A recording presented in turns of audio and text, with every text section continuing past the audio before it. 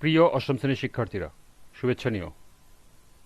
আজকে আমি তোমাদের বাংলাদেশ ও বিশ্ব পরিচয় বিষয়ের নতুন বই থেকে সপ্তম অধ্যায় সামাজিকীকরণ এর ৭৮ পৃষ্ঠার কাজ সমাধান করে দেব।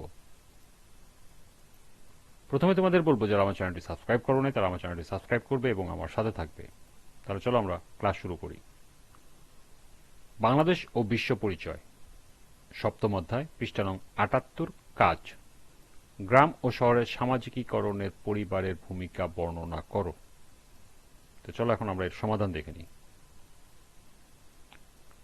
সামাজিকীকরণ হলো এমন একটি প্রক্রিয়া যার মাধ্যমে ব্যক্তি সমাজের রীতিনীতি, মূল্যবোধ, আচরণবিধি, ভাষা, সংস্কৃতি ও জীবনধারার সাথে পরিচিত হয় এবং সমাজের সদস্য হিসাবে নিজেকে গড়ে তোলে।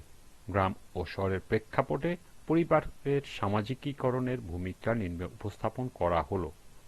প্রথমে হলো গ্রামের সামাজিকীকরণে পরিবারের ভূমিকা। ১.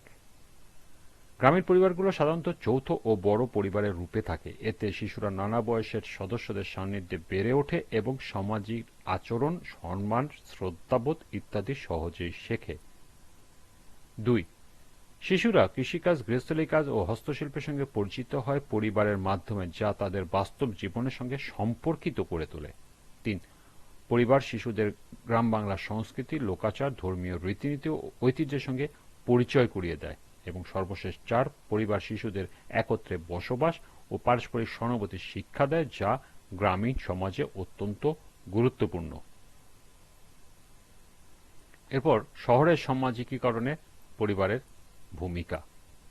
শহরের পরিবারগুলো শিশুকে আধুনিক প্রযুক্তি, শিক্ষা ও বৈচিত্র্যময় সংস্কৃতির সঙ্গে পরিচয় করায়। শিশুরা পরিবারের মাধ্যমে এই পরিবেশের সঙ্গে খাপ খাইয়ে নিতে শেখে। ২. পারিবারিক গঠনে প্রায়শই নিউক্লিয়ার বা একক পরিবার হওয়ায় শিশুরা আত্মনির্ভর ও ব্যক্তিগত দায়িত্ব পালন করতে শেখে। ৩. শহরের পরিবারগুলো শিশুদের পড়াশোনা, সময় ব্যবস্থাপনা ও আনুষ্ঠানিক আচরণ শেখাতে সাহায্য করে। এবং সর্বশেষ ৪. শহরে বিভিন্ন ধর্ম, ভাষা ও সংস্কৃতি মানুষের সঙ্গে বাস করতে হয়। পরিবার শিশুকে এই সহাবস্থানের মূল্যবোধ শেখায়। পরিশেষে বলা যায়, গ্রাম ও শহর উভয় পরিবেশে পরিবারের সামাজিকীকরণের ভূমিকা অপরিসীম। পার্থক্য থাকতে পারে কৌশল বা পরিবর্তিত দিক থেকে, কিন্তু পরিবারই হলো শিশুর মানুষ হিসাবে গড়ে ওঠার প্রথম বিদ্যালয়। এই ছিল ৭৮ পৃষ্ঠার কাজের সমাধান। আজকের ক্লাসটি এ পর্যন্তই।